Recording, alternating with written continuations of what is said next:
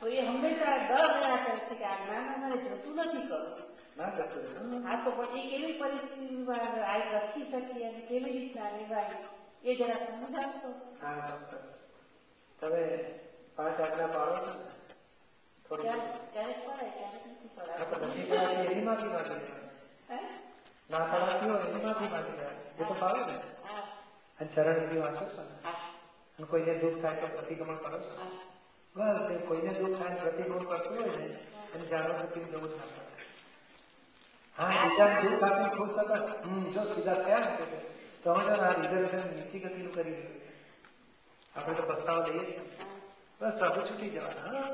ના, એટલે ડર એ છે કે આ જ્ઞાન ભલે અમને ગમે તે યોગીમાં છે, દાદાને પ્રાર્થના જે છે કે અમને એવા જન્મ આપજો કે જ્યાં ટોળું જ અમારી સાથે હોય. હા, એવું જ બનશે. ફક્ત તમારા તરફથી 2-3 વસ્તુ હચવાની કહી તો 5 આજ્ઞા પાડવાની. તે કેવું ભાવનામાં 100%. અને પડાય 10%, 20%, 30%, ધીમે ધીમે પણ 70% મારે 5 આજ્ઞા પાડવી છે એ ભાવના કરવાની. નિશ્ચયમાં તો 100% રાખવાનું. પછી બીજું ચરણ વિધિ, નવકલ્મો, શુદ્ધાત્માની પ્રાર્થના, સિમંદર સ્વામી પ્રાર્થના એ અચૂક રોજ વાંચવી. નિશ્ચય વ્યવહાર ચરણ વિધિ. કારણ એમાં એવા બી પડે છે કે આપણો સંસાર આખો આથમી જાય. હા, એવા તો મને ઘણા અનુભવ થયા છે. આજથી 3 વર્ષ પર હું નેસ્ટર ફરવા ગઈ હતી. મારો પગ પડી જવાથી ભાંગી ગયો. 2 હાડકાં ફ્રેક્ચર થયા. 3 કલાકનું ઓપરેશન હતું. રવિવારે લોકો કીધું અમે ઓપરેશન કરશું. મારા છોકરા આવ્યા 6 વાગ્યા તો એ ઓપરેશનની કોઈ વિધિ જણાય નહીં. પછી છોકરા કે બસ અમે જઈએ છે. પછી નર્સ આવી કે અમે તારું ઓપરેશન કરીએ છીએ. છોકરા રડવા બેઠા. તો મને જ અંદરથી એમ થયું કે તું શું રડે, શું ગભરાય છે? આ તો બધા સુધાર્થમાં છે. મરી જશે ને તો એ 2 દિવસ રહેશે, 3 દિવસ રહેશે, મહિને યાદ કરશે. તું એમાંય સુધાર્થમાં જો, આ ડોક્ટરને સુધાર્થમાં જો, આ નર્સને સુધાર્થમાં જો. તું આ સુધાર્થમાંને વળગી અને તારું કાર્ય પૂરું કર. આ સંસારના આશ્રમ છે. આ છોકરાઓમાં શું જીવ વર્ગાવે છે?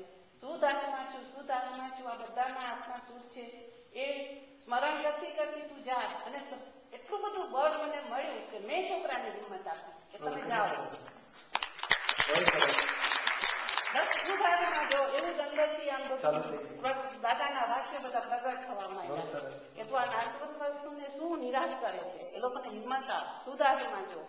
આ ડોક્ટર પણ શુદ્ધાત્મા છે, તારા છોકરા પણ શુદ્ધાત્મા છે, તું પોતે પણ શુદ્ધાત્મા છે. તો તું કોને લડે છે? કોની હિંમત હારે છે?